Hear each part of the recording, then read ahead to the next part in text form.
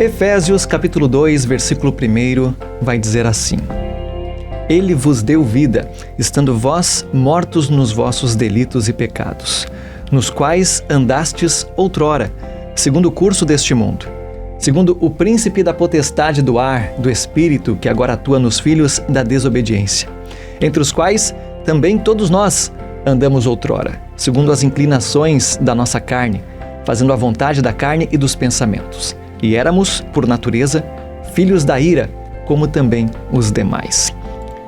Li do 1 ao 3, agora do 8 ao 10.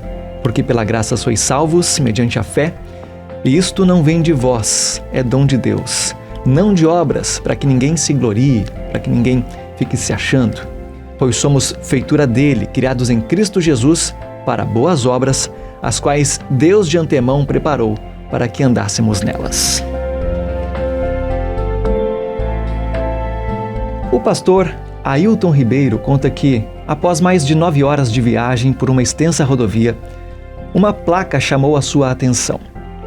A placa de metal estava bem fixada no chão, fixada por barras de ferro e concreto, e trazia a seguinte inscrição em tinta metálica: perigo, buracos no asfalto, diminua a velocidade. Intrigado com aquela inscrição, o pastor então perguntou para caminhoneiros e taxistas que trafegavam por aquela rodovia de maneira constante por quanto tempo aquela placa estava fixada ali. Para sua surpresa, a resposta foi de que havia pelo menos 8 meses. Enquanto prosseguia com a sua viagem, ele então começou a se perguntar: qual a razão daquela placa estar ali por tanto tempo? Será que o objetivo era realmente advertir os motoristas, prevenir acidentes? Ou será que era apenas uma medida paliativa que tinha se tornado definitiva, querendo apenas abster, quem sabe, uma pessoa ou uma autoridade, um órgão público de sua responsabilidade? É interessante notar que o ser humano sempre dá um jeitinho de lavar as suas mãos, repetindo aquele ato de César, tentando se eximir da sua própria culpa, da sua própria responsabilidade. Por que se conformar com tão pouco? Por que se satisfazer com a mediocridade? Quando nós citamos aqui essa história, parecia mais uma tentativa de transferência de responsabilidade daqueles que haviam colocado a placa. A pergunta óbvia, no entanto, é a seguinte: por que em vez de só avisar, os responsáveis não tapam os buracos? Avisar pode até ser útil, mas não é a solução para o problema.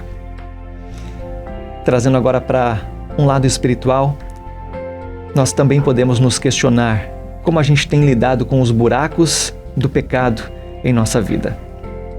Será que a gente tem se acomodado simplesmente colocando placas pecado acariciado, defeito de caráter ou vício difícil de vencer? Será que a gente tem se conformado em apenas advertir sobre quem a gente é, sem, entretanto, permitir que Jesus faça intervenções, mudanças concretas na gente? Como a gente leu aqui em Efésios, Cristo morreu na cruz, nós fomos alcançados pela graça para agora boas obras, para não viver mais uma vida de pecado. Precisamos cuidar da nossa vida espiritual com diligência e inteireza. Não podemos nos conformar com meias reformas. A reforma deve ser completa. Se existem buracos que precisam ser reparados, não são placas que vão resolver o problema. Elas apenas vão confirmar que o problema continua existindo e que, por mais que nós nos acostumemos com ele, vamos seguir precisando resolvê-lo. Por fim, trago ainda para você o que está em 1ª carta de João 2, versículo 1: Meus filhinhos, estas coisas vos escrevo para que não pequeis. Todavia, se alguém pecar, temos um advogado para com o Pai, Jesus Cristo, o justo. Que nós possamos nos apegar nessa graça, sem tornar essa graça uma graça barata que nos permita viver uma vida conforme os nossos próprios instintos. Que Deus nos abençoe. Para mim, Esael Fernando, foi um prazer, uma alegria ter feito companhia cristã para você. A gente deve se reencontrar na próxima terça. Grande abraço e até lá.